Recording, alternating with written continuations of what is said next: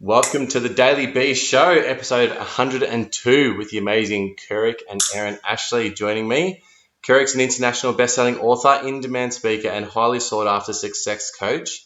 He's recognized as an expert in personal and professional development, self-discovery, and peak performance. Kurek is not a motivational speaker, as he claims, but he is the transformer. And I've had the pleasure of seeing him work in action, and absolutely, I abide by that transformer. I definitely, agree with that label that you've given yourself, and it's been an absolute pleasure to meet you guys and be in the presence of your work as well. And Erin, international speaker and author, specializes in yoga, mindfulness, and meditation, and basically helping people to live a deeper, richer, more fulfilling life. And again, just being around the presence of Erin and her energy is soul quenching, and I really appreciate you guys joining me today. So thank you very much for being here. Yes, and during the interview, I'm going to change into a robot. Yeah, fantastic. Transformer. Just peel off your arm and expose the... That's it. I turn into a jet or something. I don't know. I love it. Yeah. We are so happy to be here with you, Matt. Thank you. Yeah, cheers, guys. So I was sort of racking my brain, like, you guys are obviously on stage a lot, you're in front of the camera a lot, you're speaking a lot to people. So there's a lot of people that obviously do know you, but there would be some out there that haven't. So just as a bit of a background to who you are, do you mind giving a quick intro about yourselves and sort of a bit about where you're from and what you're doing at the moment? Sure. Shall I speak for both of us? No, you can speak for you. Well, Kurek and I came together 6 years ago now. And it was really true, although we have backtracked since then and figured out that our orbits crossed many, many years before that. So there was a point in time in the 90s when I was working on Hayman Island. It's where I went on to then become a marine scientist, actually. I just loved the Great Barrier Reef. But it turns out that Kurek was on the island for 3 weeks at the same time that I was on the island for 3 weeks. Stalking her. And it's a tiny island. She doesn't know that. She just thinks it was a coincidence. Yeah. Yet, we didn't cross paths in the form then. Immediately. Yet, a series of things that went on in my life since then, like I became a marine scientist off the back of just loving my diving experience in the Great Barrier Reef and being there. Yeah. I ended up moving to Miami to study marine science there. And, there's a series of stepping stones that I can just piece together that, then having come back to Australia, decided to do my yoga teacher training. At the end of that yoga teacher training year, there's a guest speaker on this retreat that I'm finishing off the teacher training at, and it just so happens to be Kurek Ashley. The stalker. Yeah. He's still following me. And, anyway, I really loved his talk and what he had to say and read How Would Love Respond. And, I've read some incredible books over the years. I'm talking like Wayne Dyer, Eckhart Tolle, just, all the greats. And I've never been inspired to write to them to tell them how amazing their book is, but something inspired me to write to Kurek on Facebook, on his Facebook Messenger and say, I just got so much out of your book. Thank you. I've been through this and it's really helped me to see it in an empowering way. And he wrote me back. That's lovely. So, bit of a groupie at this stage, I guess, because I'm like, oh my gosh, he just wrote That's it. That's it. So obviously my strategies work. It did, brother. Whatever's in that book obviously works. Yeah, I'm taking notes. Don't worry about that. So fast forward, here we are. We're married now. We run a business together where, we both coach and speak and, just love to help people live an inspiring and empowered life themselves. But, we've been through that experience where we've had challenges in our own lives and we've come through the other side living a super joyous, blissful life of gratitude, and we love to show others how to do the same. And my speciality, I have a real passion for yoga, mindfulness and meditation, and these are just some key tools that I love to use when I'm working with people. Yeah. And over to you. What's your version of that story? Oh, well, the thing is that I was coaching the woman who ran the yoga retreat business, or who was doing the teacher training that Erin was doing. And but I started off in Hollywood as an actor playing bad guys. People were like, how'd you make that transition? The thing was, I was always passionate about personal and professional development. You know, I saw people who had really great lives. Yeah. And then I saw most people who were, you know, after high school, life pretty much went downhill from there. You know, they got fat, relationships they didn't really care about, hated their jobs.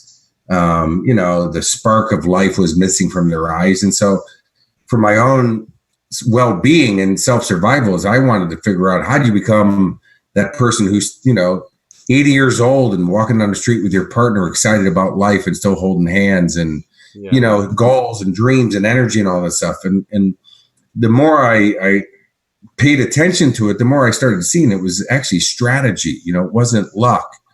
Yeah. And I always had this crazy belief system that if they could do it, I could do it. And I was just figuring out how. Yeah. And so, you know, back in high school, I saw Grease 18 times in the theaters. You know, that's long before it came on TV. Yeah. And Saturday Fever 16 times, because this guy named John Travolta, I really go, man, we look alike in those days. And if he can do it, I can do it. You know, I wasn't like a crazy fan. I was just studying him, you know, him. Yeah. And said, one day I'm going to know this guy, you know, and then Rocky came out, and, you know, same thing with Stallone. And then in 1984, I read a book called Unlimited Power, Tony Robbins, where Tony in those days put, you know, 20 people in his house for his workshops, you know. I mean, so nobody really knew who Tony Robbins was, but because it was my world of studying this, well, since then I've spent 5 years on the road with Tony Robbins back in the early 90s, you know. I've been friends with Stallone since the early 80s and done 2 films with John Travolta and gotten to be friends with him. And so it's really been my craziness to study successful people and unsuccessful people, to see the differences. And then you start to see that it's not biased, it's not prejudiced, it's not for special people, it's not for people with the 13th, you know, zodiac sign or the special chromosome, that it's a very specific formula. And that's why what Erin and I do and love to do and is to teach it specifically, but also get people to use it, because knowing it's not enough, it's using it, it's putting it into action. And so that's creating the leverage in people to do it. It's just become my passion. And that's when I realized the reason I was an actor, I thought if I got famous, people would want to hear me speak. But when you play bad guys, nobody really wants to hear your story. So I figured I had to let go of the movie industry and just go do what I go do. That's right. You got to start somewhere. Well, you know, it was a story that I thought, you know, you had to be famous to get people to come see you speak or to want to read your book or whatever that is. And then I just realized I was taking a roundabout way instead of just directly going for the goal, because that really becomes a story that you have to do this to get that. There's no law that says that. Yeah. And if it's not a law, it's a story. Yeah, absolutely. And I can really resonate and relate to watching people from the outside and just seeing some go one way and some that go the complete opposite way, and just wondering, like, how is this so, how is there such a polarization in what people are doing? And I'm like, Richard Branson didn't save $100 a week at the end of every week to get to where he is at the end of working a job. Like, he's doing something different than what I've been taught to do. So what is going on there? But through going through the process that you have and obviously doing the work that you do now, what do you find is the greatest catalyst for people that don't take that path and just follow the status quo, and people that actually are willing to look within and start following those strategies and buy into those strategies? Well, personally, I say it's a very simple formula, you know, that the successful people, the key distinction between all of it is that, you know, successful people reinvent themselves. They consistently reinvent themselves. That they go, okay, whatever I've done so far is based on who I am today. Mm-hmm. And so I have to reinvent myself. So in order for things to change, I have to change. The world's not going to just magically come to meet you. Yeah. And that's going to come from the key distinction of all of it is managing how you think and feel. Mm-hmm. Because, you know, people go, well, when I have 4 hours to sit down and write my book, then I'll write it. Well, I don't really know anybody who's got 4 hours to take out of your life during a normal life and then find that consistently, or Yeah. when everything's going great, then I'm going to work on my goals. Life, everybody goes through the same stuff. We get challenged. We have death. We have people ripping you off. You have, sick days, healthy days, whatever, Yeah. Is successful people, we just learn how to manage it differently, because then you feel differently, then you generate different thoughts. Those different thoughts put you into different actions, and those new actions obviously produce new results. But that comes from reinventing ourselves and who we're consistently being. Yeah. Okay. That makes a lot of sense. And that, that new original thought that creates new action that then creates the new results, that's, that comes from when you are able to be aware of what you're thinking and feeling. Like most people aren't. I think the three of us and your listeners, you're obviously already tuned in and have an open mind and are open to these kinds of concepts and are living quite a conscious life. But the majority of the population are being led by old patterns and thoughts that are just, ruminating around in the mind. Yeah. And being led by the stories that they're telling themselves and feeling like they don't have any control over that. That's just what they're seeing, and that's just the way that things are.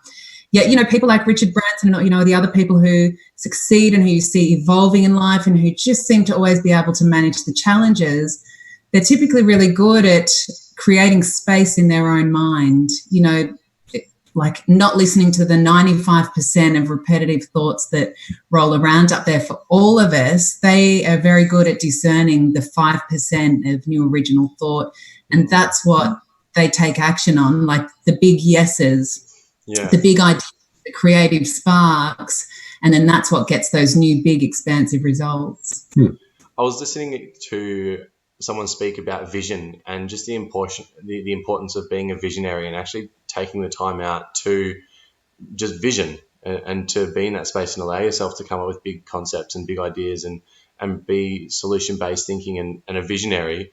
How does that tie into what you guys do and the way you sort of create that space within your mind? And can you give sort of some practical examples of maybe in your life that you find yourself doing that? I know for me it's in the shower a lot of the time, but... The shower. There's a visual I don't want, Matt. The shower is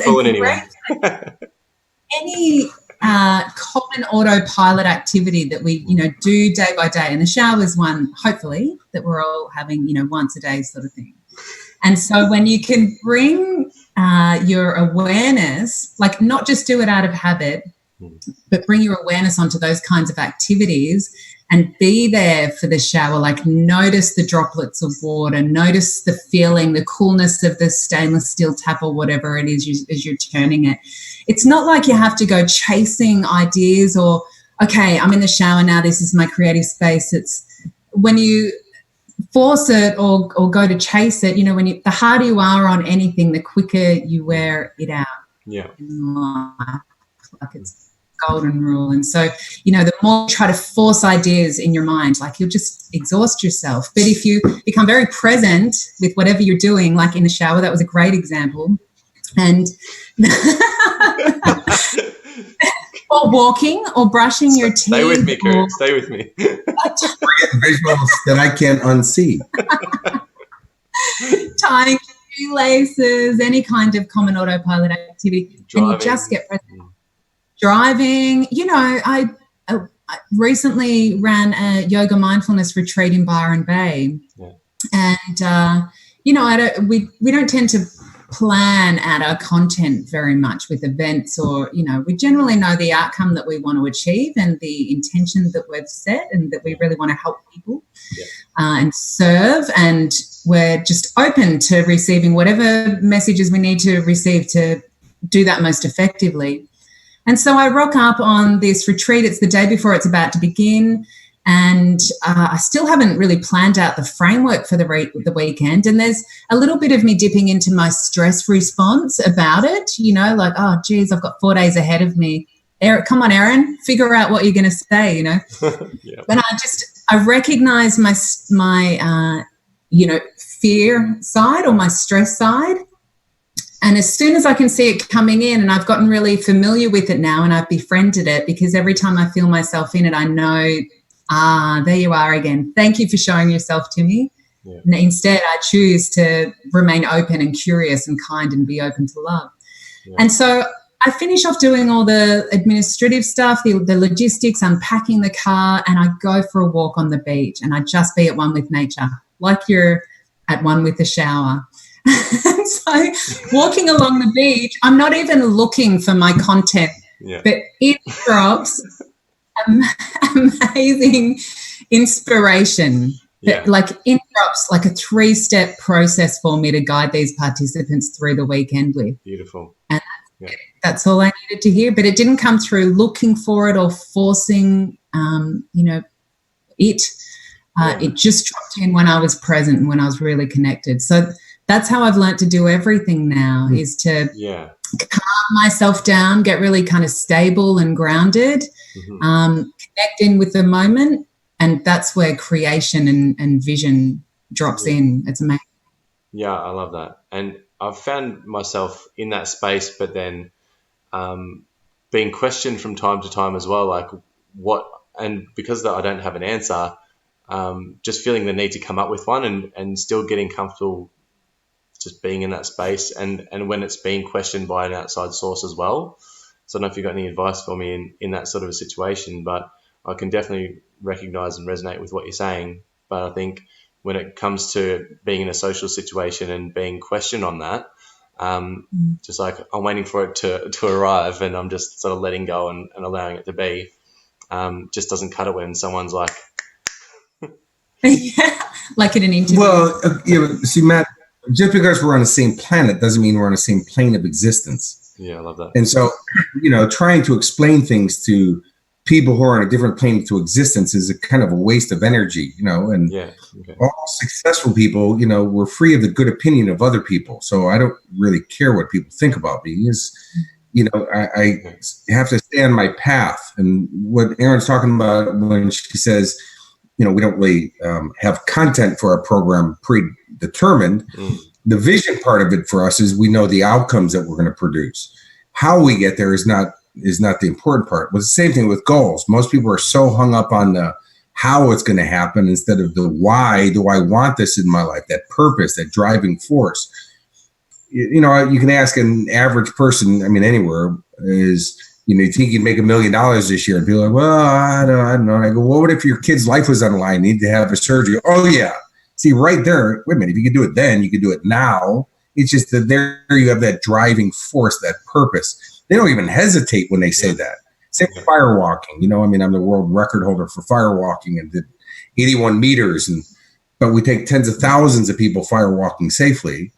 The only difference is I held my focus longer because, again, we have so much input, so much distraction. It's learning how to hold that focus. And people are like, oh, man, I don't know if I can firewalk. And I go, what if your loved one was on the other end and they were about to be molested or attacked? Could you save them? They go, heartbeat, yep. Wait a minute, no hesitation. So that's the vision. Yeah. But most people, again, don't even write down their goals, which means they have no goals. Well, how are you going to be a visionary without a goal? Because that's what the goal does, is it instantly makes you a visionary. By the way, just minutes before this call, Erin and I were sitting down doing our goal setting session with each other to reassess our next vision of where we're going and the goals. And, people go, wow, you guys do it too? Well, we teach everybody else to do it, but you don't do it yourself? Of course. And, you write down grand dream goals that stretch you, because that's the whole idea, is it creates growth in your life. We don't know how we're going to do it either. But that's not the point. It's that we have something that inspires us, which means puts us in our spirit. Yeah. And then it's about, okay, stay locked on and focused on the goal. The how to do it starts showing up. And then because of the mindfulness and meditation and that silence, is not only have the space to ask the proper questions, but you have the space to receive the answers. Yeah. And a lot of people are so hectic where they ask the question. It might even be the correct question, but then they're so busy and so pissed off the answer didn't come right away or didn't come in English that they go, oh, see, this doesn't work for me, and they give it up. So how much of that recognizing and listening to the answers is tied in with your intuition and really trusting what's coming up within you as well, and the way that you see the external world around you? Well, your hunches and intuitions are your subconscious mind speaking to your conscious mind That's how we communicate to ourselves. It's not really, hey, Bob, I think you should go. It doesn't really speak to you that way. It could be a feeling. Yeah. And that's your voice. And, so whenever people talk about, listening to your inner voice, they're expecting words. But sometimes it's a hunch, it's an intuition, it's an action. The action is the communication. Yeah. It's just sensing what that is. And do you feel in harmony with that? I mean, if it feels genuinely good, then obviously it's a good answer. But, if it's a quick impulse good, that's a little different. And no, we're not talking about you in a shower again. I don't even know why that came back up. You might want to edit it. But anyways, the thing is, when it's genuinely, when it's a real, the shower thing is going to be like a running joke now. No, Matt, getting to know what the yeses feel like and what the nos feel like. And, if in your particular situation, being okay with saying, I don't know, and just having confidence in that and waiting for you to feel that yes and no. And, sometimes to really, like, if I don't know, it tends to be because I'm managing pros and cons and just bouncing it around in my head and figuring out all the good parts of it and the not so good parts. But then Kurek might say, what do you feel? What do you feel? I'm like, oh, it's definite yes. Like if I just removed all of the logistics and the thinking part of it and just felt into it, with one breath in and out, I could go bang, yes or no. And a great question that I've come to learn to ask myself is, does it make me feel expansive or constrictive? Yeah. Cool. Yes. And Matt, the quality of our life is determined by the quality of our communication. And so the part of a word, TION, means the experience of. So if you're the transformation, the experience to go beyond what you have right now. So that experience of, that's what TION means, or ATION. Well, the part here with the questions is that you have to have the expectation and the intention that you're going to get the answer. See, that's part of the communication. When people go, well, I read The Secret and I want a new car and it never shows up. Okay, but that's not the whole communication, obviously. Or even the whole thought. A lot of people think the thought is the words. Yeah. It's more than the expectation means the experience of what you expect to happen, or intention. What is your intent to happen? And that's your experience of that. And see, that's the power. That's that I expect this to happen. I'm not backing down. That will put you into an action or a series of actions that's different than hoping. Yeah. Or that, by the way, when you're hoping or wishing, there's a part of you that's expecting that it's not going to happen, because that's not an expectation, but expectation, you're just expecting it's going to show up. Yeah. Just like a knowing, it's already happened. It's just waiting for time to catch up. Yeah. And, I'm not a religious person. My mom was Jewish. My dad was Christian. I was just really confused. The thing is that Jesus, he always thanked the Father in advance, right? He always had gratitude in advance, which gave him unwavering faith. But you got to understand is that thinking in advance is an expectation that's going to show up, because why would I be grateful for it if I didn't expect it to be here? And that's what, the power is in that is, being grateful in advance, grateful for your goals in advance, and expect it, and talk to yourself and everybody around you that I don't even know. I don't even care how this is going to happen. I'm just telling you it's going to happen anyways. And if you study successful people like I have, you'll see that we regularly say that. It's in our language. I don't know how I'm going to do this, but I'm doing it anyways. And you'll see interviews, or if you read biographies or autobiographies, you'll see Arnold Schwarzenegger and Richard Branson. People say that about, like, Virgin. He didn't know how he was going to get Virgin Airlines off the ground, but he goes, I'm just going to do it. Yeah. And there's the expectation. You can hear it in the language. Yeah. Screw it. Just do it. Exactly right. So going back to what you were saying about reinventing yourself and consistently and continuously reinventing yourself, I'd love to hear from you guys more in respect to your relationship as well. Like, I've just started a pretty fresh and new relationship, and for you guys to have, built the world and the life that you have together. I'd love to hear just And I think where I'm coming from as well, Kurek, is we spoke about the hero's journey when we caught up for lunch the other day. And so I'd love to hear, just some of maybe the challenges that you guys have faced along your journey so far together, and how you've been able to reinvent yourselves in order to maintain and create a successful relationship as well. And for people that are watching as well who aren't maybe familiar with the hero's journey, the reason I refer to that is because every goal, every road of attainment is a hero's journey, and it's just a metaphor, and everything we talk about is a metaphor for our life, our goal that we're achieving. And so that's why I'd love to hear about the relationship, but also it's relatable to business, life, wellness, whatever it might be that the people are tuning in for as well. Well, we don't have any relationship goals. My wife is hot. She's stunning. I just walk around with lots of drool on my shirt and in awe. Yeah, I saw you, bib.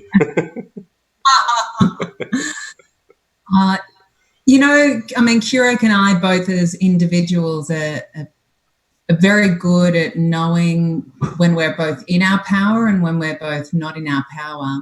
That's very helpful. Can you elaborate on that? What that means to you, to be in and not be in your power? Yeah, to be empowered is really when you're taking responsibility to choose your response. It's in the word responsibility, the ability to choose your own response. Mm-hmm. And that's really all that being empowered means, is that you're in your light, you're empowered, you're embodying light. And it's your own. You're not depending on anyone outside of you to have your light or to be happy.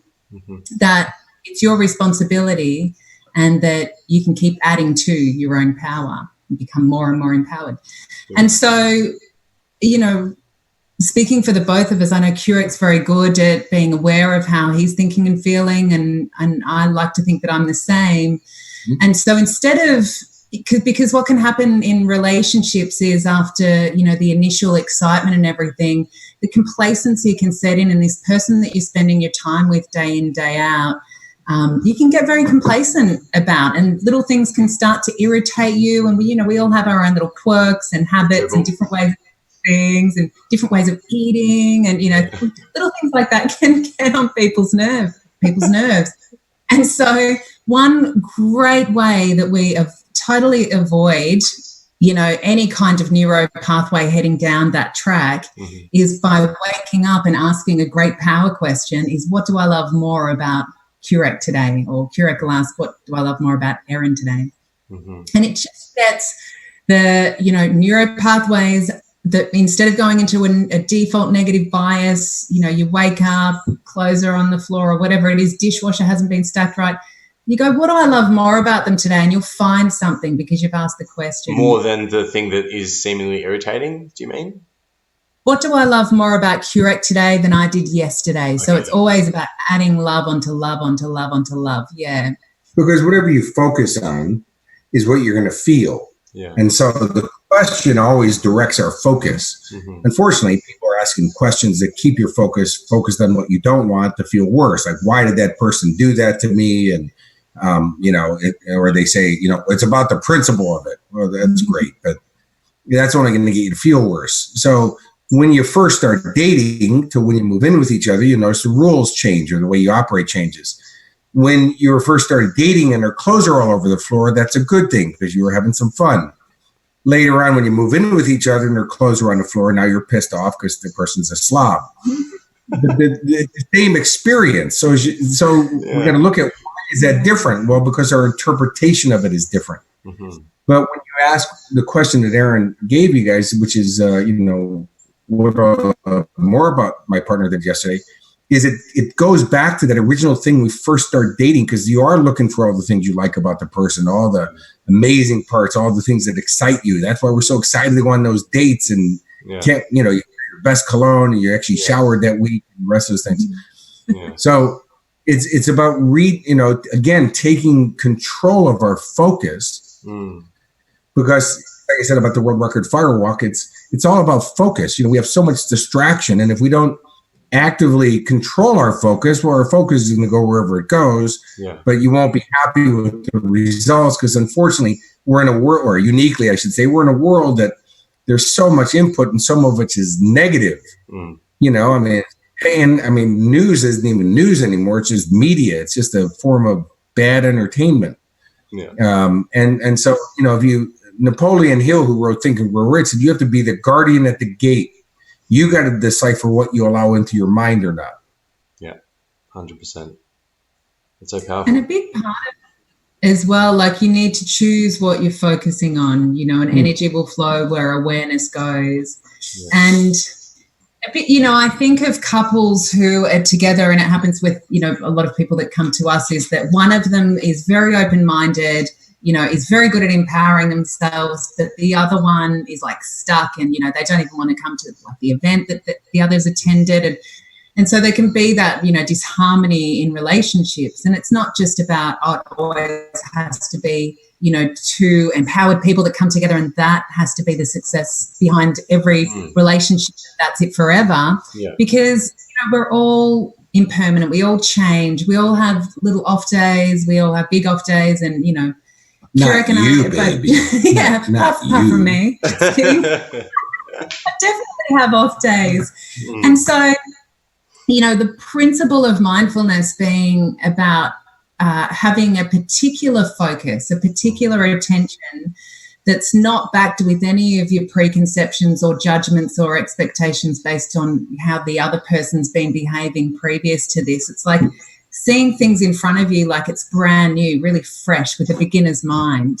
Yeah. And being able to do this really helps to not attach to how someone else might be showing up, for example. So you can, I think it's really important in a relationship to know when you're a little off, or, when you're feeling in flow, like that, what we were talking about before, fear versus love, stress versus calm, stress versus peace. And when to recognize that in your partner as well, so that you know how to kind of be fluid with it and not attached to it. And, for me, if I recognize that I'm a little off, I'll ask myself 3 really simple questions that usually gives me an answer as to why it might be the case. Because here's the thing, if we overcomplicate it and start thinking about why I'm off track and I can't believe he said that and he shouldn't have used that tone of voice, and, it just starts making mountains out of molehills, and you're going to blow your mind up and we'll start to head into like overwhelm, for example. Yeah. So I ask myself, did I get enough rest last night? Did I sleep at sufficient hours? So did I get enough rest? Am I eating a well-balanced diet? And am I moving my body in some way every day? And any kind of state of emotional unbalance, I can always attribute to one of those 3 simple things. It's like, oh, gosh, I only got 6 hours sleep last night. Like I really sit well with 7.5, 8, for example. Yeah. Well, man, I've been eating too much crap lately, or you know what, I haven't been to yoga for 3 days now. So I'll always look to see what I can do first, and then if anything's left over after I've balanced out those areas, then it's a scenario that I might talk to Kurek about. Then it must be me. I love it. And I've spoken to another friend that runs men's clubs, and for a while there I was a bit unsure about sort of what the men's clubs were about, and feeling like maybe that's more of just a segregation from feminism and masculinism. I don't know if that's a thing, but the way he explained it to me was that it's a great space for men to go and hash out some of the stuff that they are uncertain about, and just to sort of dive deeper within themselves and work on themselves instead of taking that back into the relationship. By doing that with those men and them holding that space, then they've got that more open time, I guess, and mental capacity together to actually just have loving time together, as opposed to needing to try and help one another overcome or fix or improve in different areas. And also coming in, if I come to my partner and say like I'm not feeling confident in this area, then that's sort of priming her to think, well, maybe he's not going to be able to step up in this area. And so it opened my eyes to the benefits of them. But is there anything that you guys use outside of the relationship and other people or other forums that hold those sort of spaces for you guys as well? Or do you find that you come together and able to really hold that space for one another? Oh, well, Erin does regular yoga. Not Mm, only does she teach, but she practices her own. I mm, do Aikido. It's a martial art, but it's got yoga and Aikido have very harmonized parts of it that are very similar. And it's not about me getting in a bar fight or anything. It's just about me working on myself.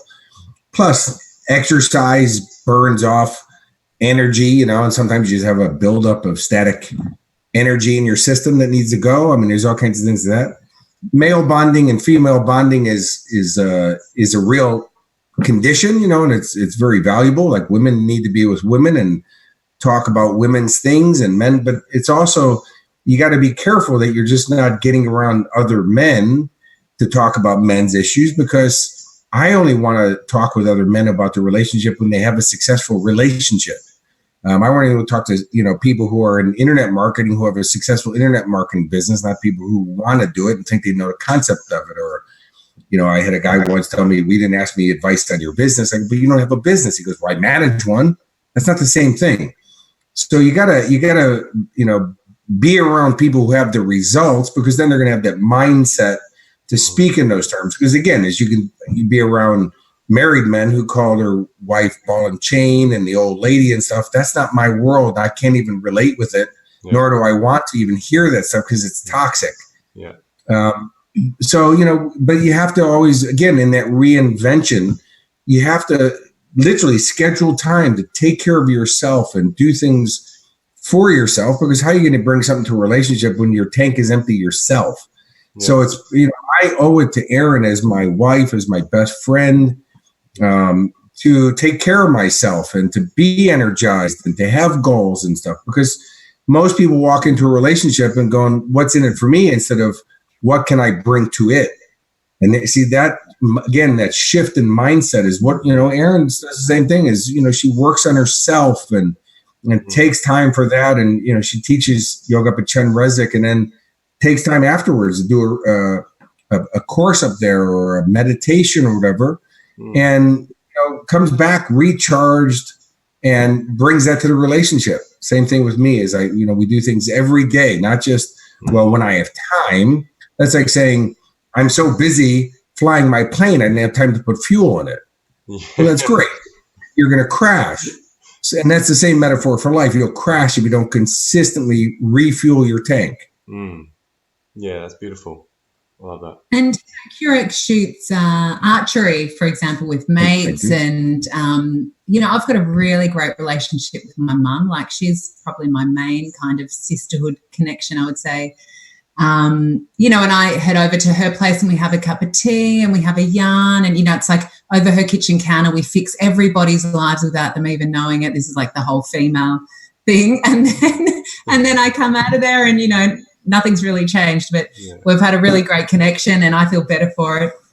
And, I think too for people in a relationship and kind of leading on from where I ended before about when one is feeling, on a different level to the other one, that it's always about leading by demonstration. And so it's always about what can I do and what can I bring into the relationship, like Greg said, and knowing that light, when you're empowered, will automatically help the other without, preach, you shouldn't do that, you shouldn't, you should be more like me, you should come to this event. That it's just being peaceful, leading by demonstration that works every time. Yep. Two happy people who are happy on their own accord. Like Erin doesn't need me to be happy and I don't need Erin to be happy. We're already happy. And then we share an experience of life together, flowing down the stream of happiness.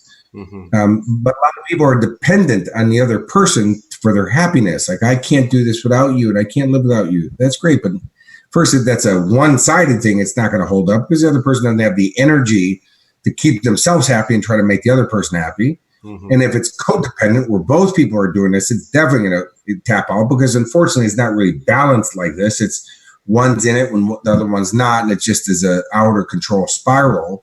It's learning how to be happy within yourself. And Buddha said that there is no way to happiness. Happiness is the way. It's a choice. It's not something you accomplish. It's a decision. I'm going to be happy no matter what. And I'm going to do what it takes within myself to be happy and be that way consistently. And in this lifetime that we were given, if you figure out how to be happy throughout life, you have definitely won. And that's what this whole life's all about. It's the purpose of your life is to enjoy it. Yeah. It's not more complex than that. It's not feed the children and save the world. That could be a great activity that you do while you're here and part of your destiny. But who wants to get help from somebody whose life is miserable? Like, I don't feel good about that. But imagine getting help from somebody who does have a wonderful, blissful, holistically successful life. Yeah. Sure, I'd want to learn it from them. But that's where Jesus was talking about. Don't give them a fish. Teach them how to fish.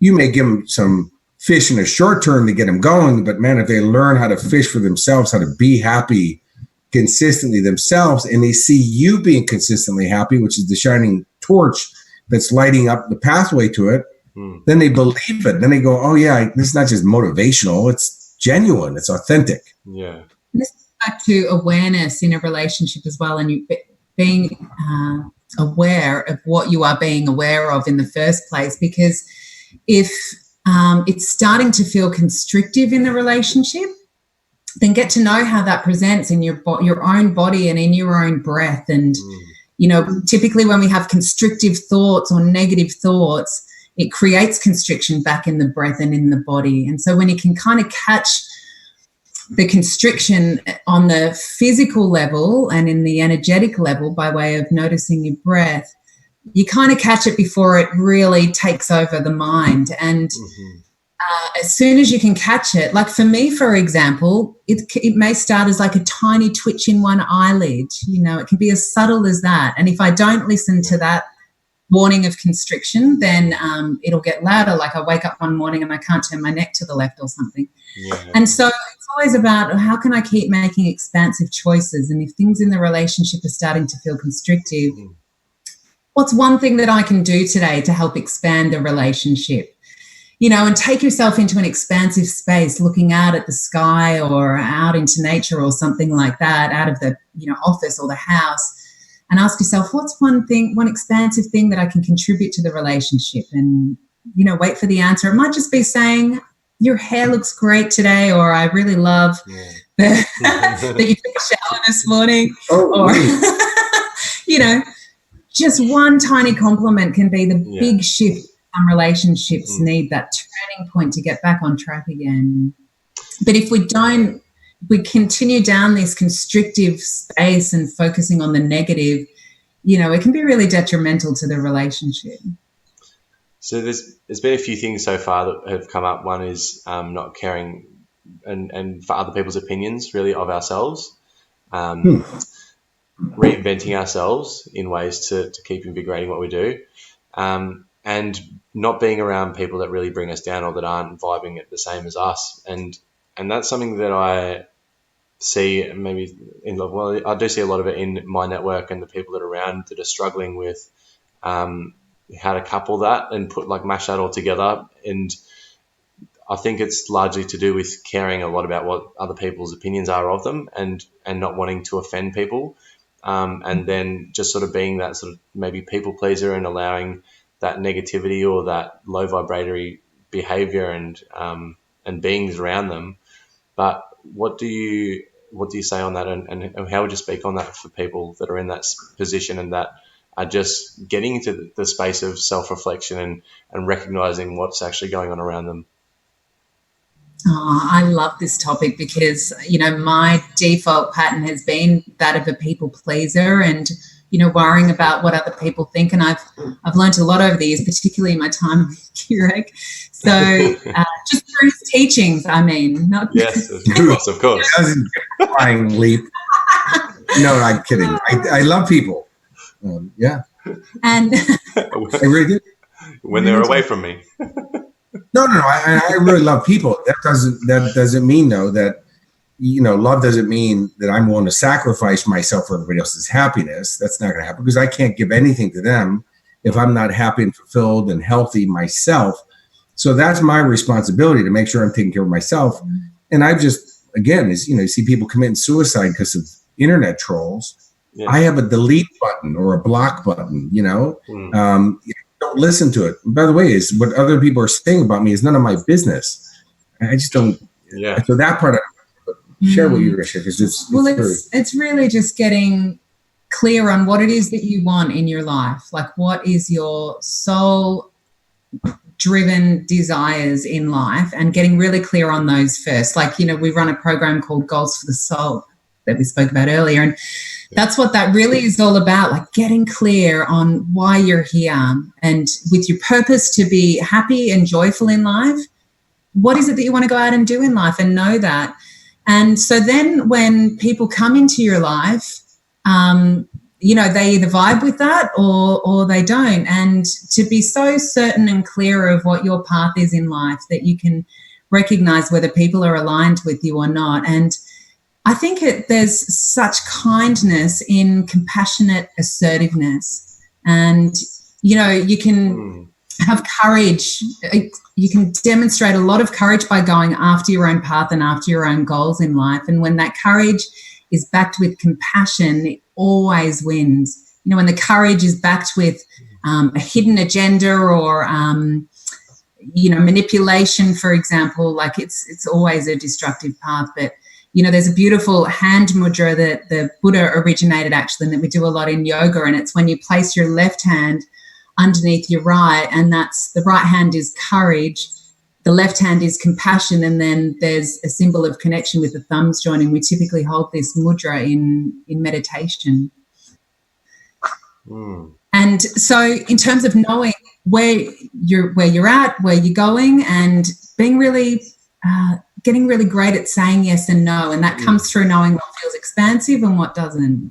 And the thing that it's just about orbits, we just all are our own orbit, whatever that is, So if we're going to let go of people, it doesn't mean that we're tossing them aside or throwing them away. It's just we're in our orbit, they're in their orbit, If they're not in our orbit, that's okay. It doesn't make ours the right orbit. It's just our orbit is one that we're in. Everybody has the opportunity to choose any orbit that they want to be in. But if you hold your orbit back to please other people by staying in their orbit, well, you're going to wind up resenting and hating those people because you gave up your grand dream goals and your life's purpose for somebody who wasn't even going to change orbits. They were just happy to be there. But I'm also teaching those people an inappropriate lesson that, doing something I don't want to do or living in a way I don't want to live is an appropriate choice, which to me, it's actually not. I got to follow what my heart tells me to do. So I just put myself in, Erin and I, we share an orbit. And, if one day she wakes up and says, hey, I think this is not for me anymore, I'm grateful for what we've had.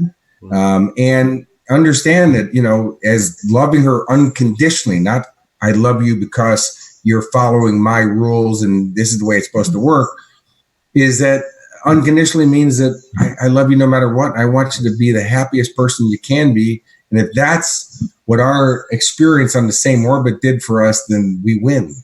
But you have to let go of it even mentally. If that, you can't tell somebody, or block them on Facebook as an example, and then sit around being pissed off.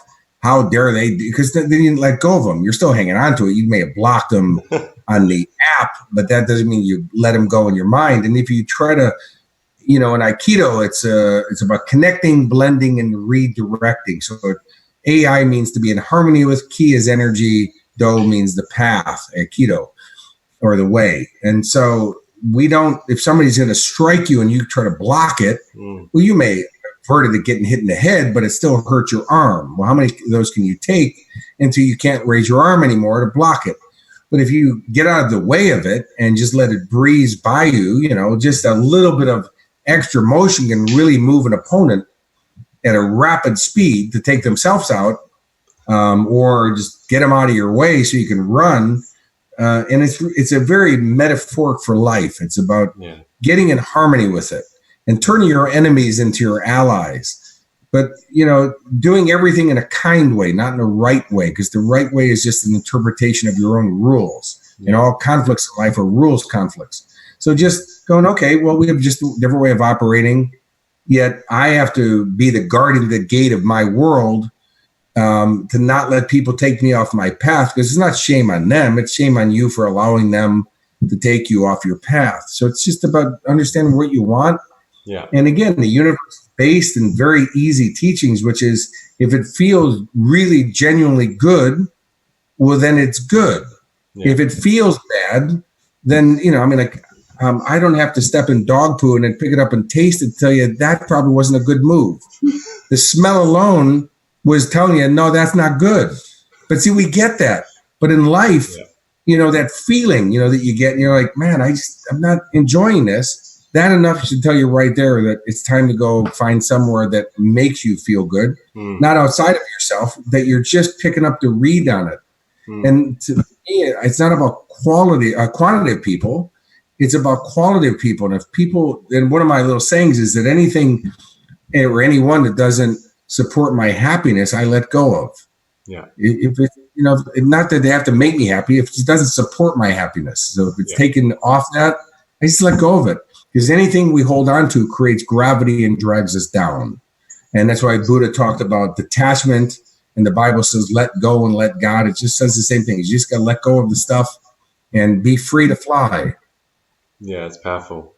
And that compassionate courage, is that like an intention to hold that is like the driver for your vision and your purpose? While you're going through life and meeting all types of people that are coming in front of you. Yeah, and Matt, it's one that I regularly hold as an intention in my meditation, for example, because it takes courage to look within first.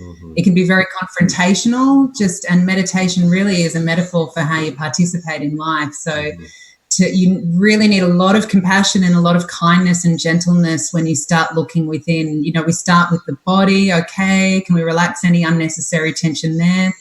Smooth out the breath, try to get a little flow in the energy body.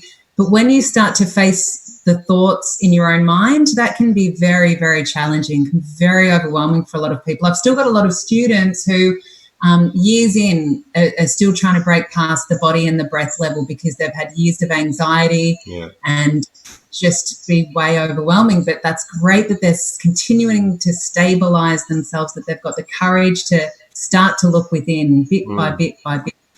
Because like we started off saying, the key to having a happy life is being able to manage how you think and feel. First, you've got to know what you're even thinking and feeling. And so the beauty of meditation and having the courage and compassion, the courage to head inwards, backed with compassion, you start doing that with yourself, then that's how you start participating in life. And so when you have people around you that aren't serving you anymore, or scenarios or events, that you have the courage to be able to say no, but it's done with compassion and kindness. That's masterful. Yeah, and when you're happy, well, you spread happiness, because whatever you're filled with is what you spread. But also, is happy people are attracted to happy people. Miserable people are attracted to miserable people. That's why misery loves company. So again, it comes back to what Erin's been talking about, is working on yourself, reinventing yourself to be responsible, to make yourself feel consistently happy and healthy and loved. It's not somebody else's responsibility to get us to feel love. We should already feel it, because, by the way, when you love yourself, you'll meet somebody who loves themselves, and now you have. But I'm not dependent on Erin to feel love, because then it's like, wait a minute, I'm draining her tank for me to feel something. Yeah. And so that's why, again, it goes right back to, so if I'm going to let go of people in my life and now be without them, well, I'm still going to work on being happy with or without them, because then you attract more happy souls and events and things around you. Like just being in whatever frequency you're on, you're going to harmonize with what's on that frequency, and you receive what's ever in that frequency. So if you're getting country western and you don't like country western, don't smash the radio. It's not the radio's fault. Just change the frequency. And we get that again. We go, yeah, I get it. It's not that hard. Well, the universe, uni meaning one, verse meaning frequency or vibration, right? It's the one vibration, and everything in it's a sub vibration of the oneness. And all you got to do is harmonize with the frequencies of the things that you want, and you receive it instantly. And if we're not getting it, well, then don't blame the radio again, and don't blame the country western music that's on that station. If you don't like country western, we have to, that's again, work on ourselves to change our frequency, because then you'll instantly receive different what's on that new frequency. Beautiful. And I love vibing with you guys, and you've actually been gracious enough to give our listeners a beautiful gift each to help begin that inner journey if they're not already, or to continue on with that. So you guys share just quickly a little bit about what you guys have in store for them as the giveaways that you have. A shower with you, Matt. That's mine, brother. I know. You know, we're giving a free hour-long shower with Matt. Woo.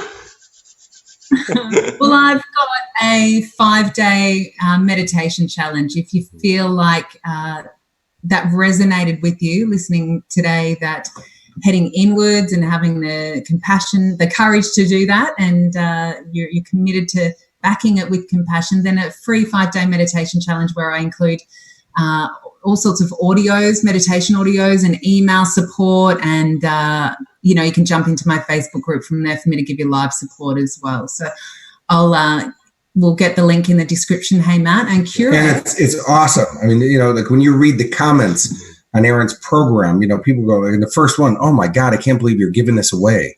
Yeah. And that's Erin and my criteria always. If we're going to give something away, no matter what it is, even our time with you, is that we start off with that intention that it's so good that we could charge for that. You know, that's the level that you play the game at. Because again, the law of circulation, it always comes back. It doesn't always come back from where you give it. Mm-hmm. And, you know, I have a program called Get Out of Your Bad Mood, which is, again, how do you manage how you think and feel? Because to me, any mood that doesn't support your happiness and success is deemed as a bad mood, because if it's not helping you, it's hurting you. There is no neutral. You know, it's either one or the other. Yeah. And so it's a 10-day online course. You know, it's very simple, short videos, but it's loaded with strategy. And it's, you know, both of them aren't sales programs. It's about adding value. But by the way, neither one of the programs has any value to it unless you use it. It's a waste of your life to just have it and not use it. It has no value. So, you know, I challenge whoever is listening today, use it. And certainly write comments and read the comments, because, again, it will inspire you to see how much transformation people have made from doing the programs. Yeah, knowledge isn't power. Applied knowledge is power. So definitely jump on board. And also, well, Calvin said that the world's full of educated derelicts. Most people know what to do. Most people just aren't doing what they know. Boom. Yeah, a lot of people willing to give good advice, not many people willing to live it. Exactly. I love it. So, and also the upcoming retreat for those that really want to jump in the deep end, find their fire within, and come and spend a bit of time with you guys. It's really exciting. It's coming up in November from the 8th to the 11th on North Stradbroke Island. Can you guys share a little bit about that and what people can expect? And also the link will be in the bio for this as well. Yeah, definitely. This retreat is our soul food, and you know, just the transformations that we've seen in people that have come on these retreats with us over the last couple of years. It is just incredible. So it's 3 nights with us, 4 days. We take you through the outcome that you're really coming for, and that where our intention is set for you to receive, is that you really get clear on what it is that your heart desires. And through the weekend, we break through any obstacles, any barriers that are standing in the way of that. And we give people the tools and strategies over the weekend so that they're armed themselves to move forward in life and head out and already be in alignment back with their soul. And it's just, like you said before, Matt, a matter of time before the results catch up with what they've committed to over the weekend. Yeah. So, you know, we've seen some amazing stuff happen, whether it's health issues that people have come to the retreat with, like a gentleman who had severe Tourette syndrome, for example, for many, many years, 20 years, on you know, just looking for that one thing that's going to help him in life. And he's seen everybody else, all the specialists, all the neuroscientists, all the psychologists. He's about to go in for brain and heart surgery to avoid this, you know, tic that's causing him massive migraines and neck pain. And, you know, following the retreat and a little bit of follow-up with Kurek, overcame Tourette syndrome, for example. Oh, and a woman who didn't feel her legs for years, you know, got feeling back. A woman whose ankle had swelling and tendonitis for years, literally in 10 minutes gone. People making money, relationships, it's crazy what we see. Again, obviously it's not us. We're teaching people a very specific tactical step-by-step plan and formula that you can achieve any one of them in all of your grand dream goals, from business to relationships to health and fitness, happiness, whatever that is. And a lot of people, most of them walk away with way more things than they even thought they were coming for. One of them is one of my private clients and a great friend of ours. She literally said, Kurek, I've been so shut down to this, but now I'm open to love, and found the partner of her dreams. And I said, how long did it take? She goes, I met him about 10 minutes after I told you that. He was at the retreat. He was at the retreat. Oh my gosh, no way. My brother-in-law met, again, a woman at the retreat, and now they're now living together and have an amazing relationship. So now, by the way, this is not a pickup session. Is it Cupid? It's like-minded people who are working on themselves, and it's stuff that you can't learn in a book and you can't learn on an online course and those kinds of things, because there's the harmony of these other souls in the room that creates a magic that you can't put a word on, you can't put a description on, that people who are in it, by the way, we have these lifelong friends created out of it, and social circles, because, there's this connection that happens. And again, we talked about that sphere of influence around us. Well, imagine that again is having an influx of new, positive-minded, like-minded people in your sphere of influence around you who are supportive and not talking trash to you, instead supporting you in your goals and dreams. There's all kinds of fringe benefits that come from the program. And it's literally, it's the accommodations are covered in the ticket price and the meals, best food ever. By the way, people come just for our caterer. She's so amazing. Sonia, and she firewalks with us every time. Awesome. And we have the firewalk adventure in the program. Now, you don't have to firewalk, but man, you want to get to the place where you go, I want to see what it feels like to be unstoppable again. And people go, I'm firewalking, and make it across safely. It's mind-blowing, because then your brain goes, man, if I can do that I thought was impossible, what else have I been telling myself is impossible that's been holding me back from everything I want in life? Yeah. It's crazy what we see. Matt and Aaron and I, we do this, and, we understand what is going to happen, but we're still in awe of what you see happen and experience happen. And for us, we feel like we have the very best jobs on the planet, because we get to help people fulfill their dreams and watch it literally materialize and become real. And it's like an immersion for the people that come and for us, because we're there for the 3 days, 4 nights. It's I think that's why we love it so much. It's an expansion on everything that we've been talking about here today. And, the way we started off talking was about how to, find that space in the mind and get the ideas. And it is mind-blowing what we see people walk out of that retreat. Crazy. It's crazy. The realizations. Yeah. We live in awe. I bet. Which is awesome. Yeah, I love it. And even just coming to one of the events with you guys the other day, within, I think, maybe half an hour, one of the ladies stood up and shared a breakthrough that she had. And it's that just sort of repetition, but also just staying with what she had going on. And it was just the right time, the right place. And for her, that breakthrough happened. And so you just don't know when that bit of information or that thing that you've heard 100 times you're just going to hear it another separate way, or you're going to have the love of your life just walk in front of you as well. But it really is amazing to see you guys hold that space. It's an industry that I'm just getting into and stepping into myself now, and I'm really excited to walk the talk and learn from people like yourselves, and begin to just work with so many more people in the coaching space and also the retreat space, and just watch people transform, because it is really soul quenching, and it's just amazing to see people just step into their power. And I love seeing people go from that space of uncertainty or bit lacking maybe a bit of confidence or belief or clarity in what they're doing, to just full embodiment of their power and their potential, and actualizing what they've got going on within them. And I think that's just that's just the best thing I've ever seen.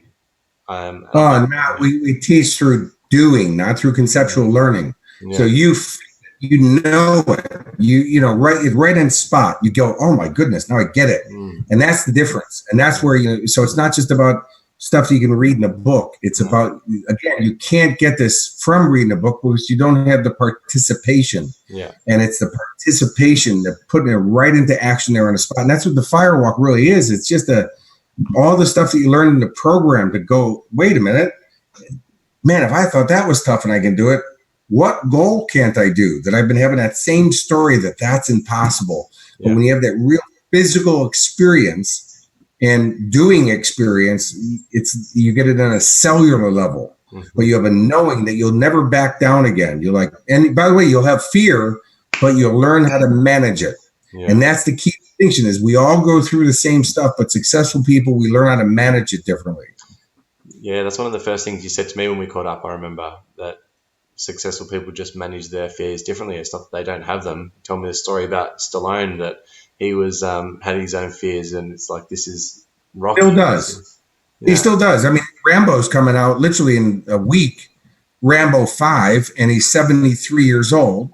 And, but you see a guy who literally uses his fear to drive him forward, to make things work, right? Because you can have your fear and crush you, or you can have your fear and make you a champion.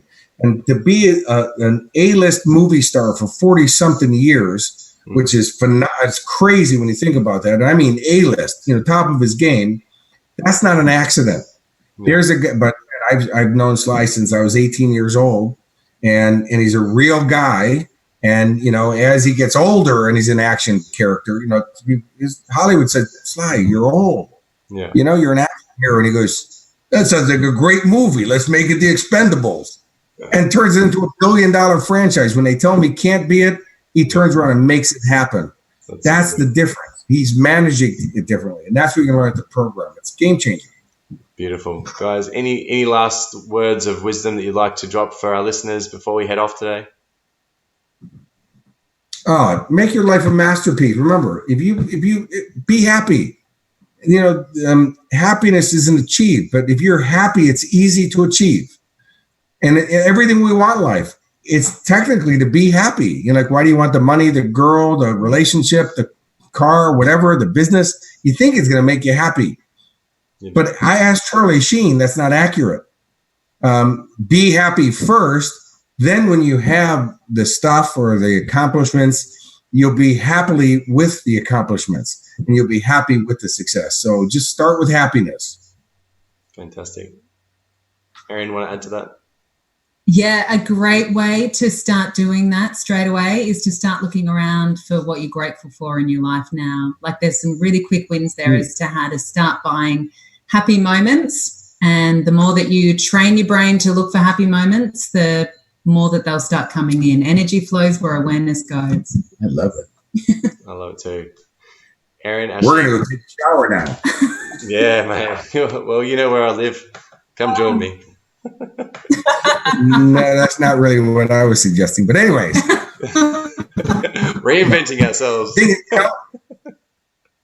And again, it's got to have a sense of humor, because life can kick you hard, man. So any day life's not kicking you, don't kick yourself. Don't ask to be kicked. Don't be picking on reasons to be kicked. Is just look for reasons to be happy and have fun. And Erin and I, we laugh literally every day. We laugh hard. We don't take life too seriously. I mean, we get challenged. People think, oh, you guys got a special life. That's not accurate. We find a way to laugh at it, because if you don't, you can't get through it, and it definitely put a pounding on you. But everything we've been through in life, to still be standing and laughing, I go, man, if that's your best shot, bring it on, man. But you haven't taken me down yet. You've knocked me off my feet, but I stand back up and brush myself off and keep going. And together, we just want to be happy, and we want to have a happy life. I love it. Thank you so much for joining us, guys. Thank you for sharing your awesomeness. Thank you for having us, Matt. Thank you. My pleasure. Erin, Kurek, this is the Daily B Show, Growing Your Greatness. We look forward to catching you guys next time.